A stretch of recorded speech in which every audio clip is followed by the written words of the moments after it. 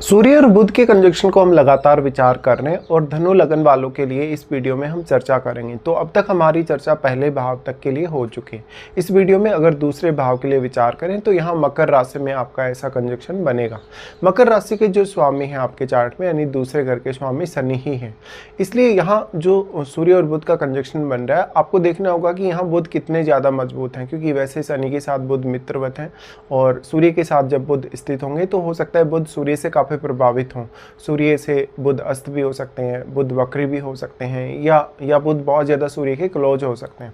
देखिए, एक बहुत ही अच्छा वेल्थ क्रिएट करने वाला ये कंजक्शन बनेगा आपके लिए, और पारिवारिक मामलों में, धन संपत्ति के मामलों में, इवन एजुकेशन और अपने टैलेंट के मामलों में आप काफ़ी भाग्यशाली नजर आएंगे। सूर्य के सेकंड हाउस में आने की वजह से आपका अपनी फैमिली में बहुत ज़्यादा डोमिनेंस रह सकता है। परिवार को आप काफ़ी प्रभावित कर सकते हैं। आप में वाणी को लेकर बहुत ही अच्छी प्रभावशाली स्थिति हो सकती है, टैलेंट बहुत अच्छा हो सकता है। ऐसा व्यक्ति एक बहुत ही खोजी व्यक्ति हो सकता है। उसके पास इनकम के बहुत सारे साधन या स्रोत हो सकते हैं। उसके पास गुप्त धन के साधन भी काफ़ी ज़्यादा हो सकते हैं। सूर्य यहाँ पे 9th लॉर्ड होने की वजह से आपका फैमिली से दूर जाना या दूर रहना भी कभी कभी हो सकता है। इवन विदेश यात्रा भी हो सकती है सूर्य के सेकंड हाउस में आ जाने की वजह से। हालांकि कभी कभी आपकी वाणी थोड़ी ज़्यादा आक्रामक होगी, आपको वाद विवाद करना, तर्क वितर्क करना भी काफ़ी पसंद हो सकता है। यहाँ पे अब शनि की स्थिति कितनी मजबूत है, देखिए, अगर शनि बहुत ज़्यादा मजबूत है आपके चार्ट में, बहुत ही स्ट्रांगली बैठा है, तो फिर आपको वेल्थ क्रिएट करने में कुछ देरी जरूर होगी। भले ही आपकी लाइफ में स्टेबिलिटी तब ज़्यादा रहेगी, लेकिन आपको काफ़ी ज़्यादा देरी से सक्सेस मिलेगी लाइफ में। पर उसके लिए सूर्य के एक्चुअल प्रभाव को भी देखना जरूरी है। अब जो यहाँ पे सूर्य है, क्योंकि अगर मकर राशि की बात की जाए तो मकर राशि में वैसे सूर्य का रिजल्ट काफ़ी अच्छा रहता है, इसलिए सूर्य यहाँ बुध को कितना ज़्यादा प्रभावित कर पा रहे हैं, क्योंकि मेन यहाँ पर आपको बुध पर भी फोकस करना ही पड़ेगा। भले ही वो सूर्य से प्रभावित है, या अगर वो सूर्य के बहुत ज़्यादा क्लोज है, या सूर्य से अस्त भी है तब भी, क्योंकि बुध आपके लिए बहुत ही इंपॉर्टेंट प्लैनेट है। जब वो आपके सप्तमेश और 10वें घर के लॉर्ड होकर सूर्य के साथ दूसरे घर में आ रहे हैं, तो बुध भी यहाँ आपको आपके पार्टनर के थ्रू, आपके कैरियर के थ्रू बहुत ज़्यादा सपोर्ट दिला सकते हैं और फैमिली के कार्यों को मैनेज करने में आपकी काफ़ी हेल्प कर सकते हैं। ऐसा जब तक किसी बहुत बड़े सरकारी पद पे हो सकता है, किसी उच्च पद पे हो सकता है, वो प्रबंधन वगैरह में हो सकता है, जहाँ तक किसी क्रिएटिव फील्ड में हो सकता है, एक अच्छा सलाहकार व्यक्ति वो हो सकता है। साथ ही ऐसा जब तक एक रिसर्चर हो सकता है, साइंटिस्ट हो सकता है, अकल्ट के फील्ड में काम करने वाला हो सकता है, या वो अपना कोई फैमिली बिजनेस करने वाला भी हो सकता है।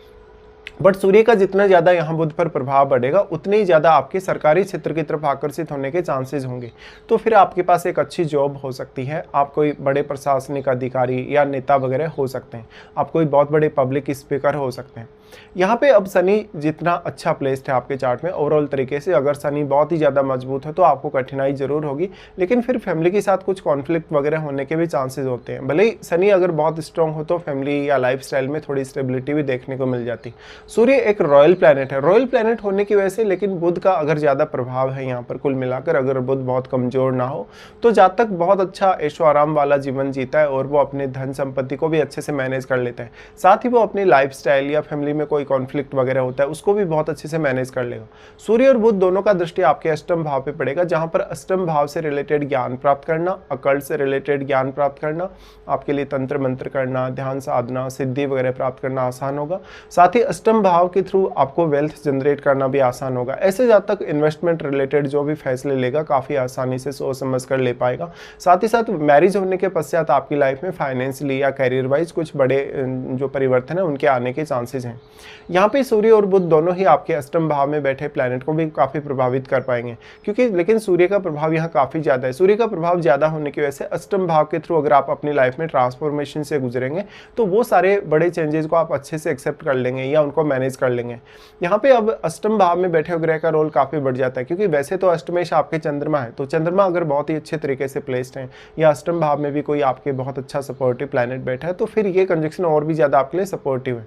यहाँ पे अष्टम भाव में बैठा हुआ ग्रह अपनी एक अलग प्रकार की भूमिका में होगा, जहाँ पर वो एक अलग प्रकार की अंतर्दृष्टि भी आपको प्रोवाइड कर सकते हैं। बुध आपके चार्ट में सप्तमेश हैं, तो इस केस में फिर आपके ससुराल पक्ष वाले लोग काफ़ी धनवान हो सकते हैं। वो लोग आपकी मैरिड लाइफ या आपके रिलेशनशिप में बहुत ज़्यादा कभी कभी इंटरफेयर भी कर सकते हैं, लेकिन आपकी वाणी में भी उग्रता होगी और आप बहुत ज़्यादा प्रभावशाली होंगे। इससे आप दूसरों को प्रभावित करने में सक्षम होंगे। आप मार्केटिंग जैसे कार्यों में बहुत सफल होंगे। आप पब्लिकली किसी भी तरीके से अगर डील करते तो भी काफ़ी सफल होंगे। अब ऐसे में जीवन साथी आपसे कुछ ना कुछ हाइड कर रहा है, कुछ ना कुछ छुपा रहा है। भले ही वो अपने वेल्थ छुपा रहा है, अपनी स्टडी वगैरह के बारे में आपको सही जानकारी नहीं दे रहा, कैरियर के बारे में हो सकता है वो सही जानकारी नहीं दे रहा हो। इसी तरीके से मैरिज होने के बाद आपके जो इन लॉज हैं, स्पेशली आपके जो ससुर हैं, वो आपकी ओवरऑल लाइफ में बहुत ज़्यादा इंटरफेयर करने लग जाते हैं। सूर्य पिता को रिप्रेजेंट करते हैं और वो क्योंकि 9th हाउस के लॉर्ड हैं, तो जो पिता का जो रोल है आपकी लाइफ में वो बहुत इंपॉर्टेंट होगा। और कभी कभी ऐसा होगा जब आप अपनी फैमिली को एक बहुत ही एक मैच्योर व्यक्ति की तरह कहीं ना कहीं मैनेज कर रहे हो।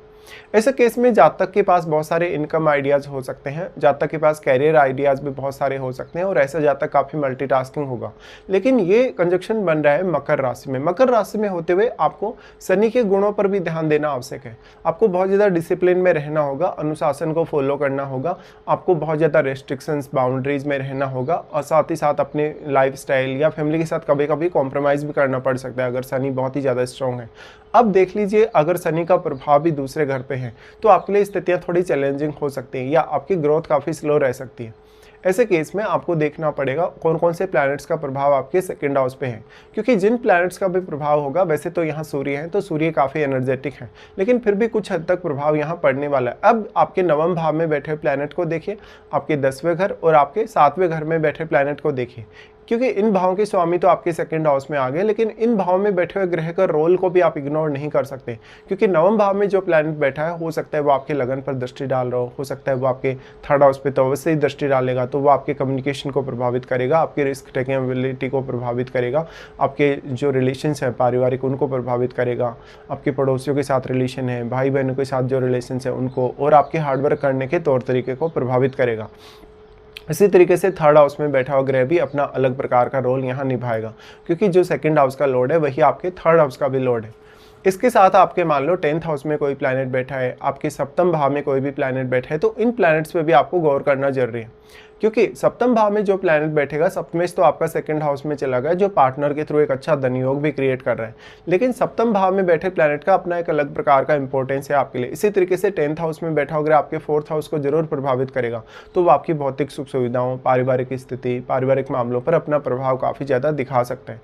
इस हिसाब से ये कंजक्शन वेल्थ के लिए बहुत अच्छा है, फैमिली या लाइफ स्टाइल को एंजॉय करने के लिए बहुत अच्छा है, लेकिन कुछ मामलों में कॉन्फ्लिक्ट वगैरह होने के भी पर्याप्त रूप से चांसेस रहेंगे आपके लिए।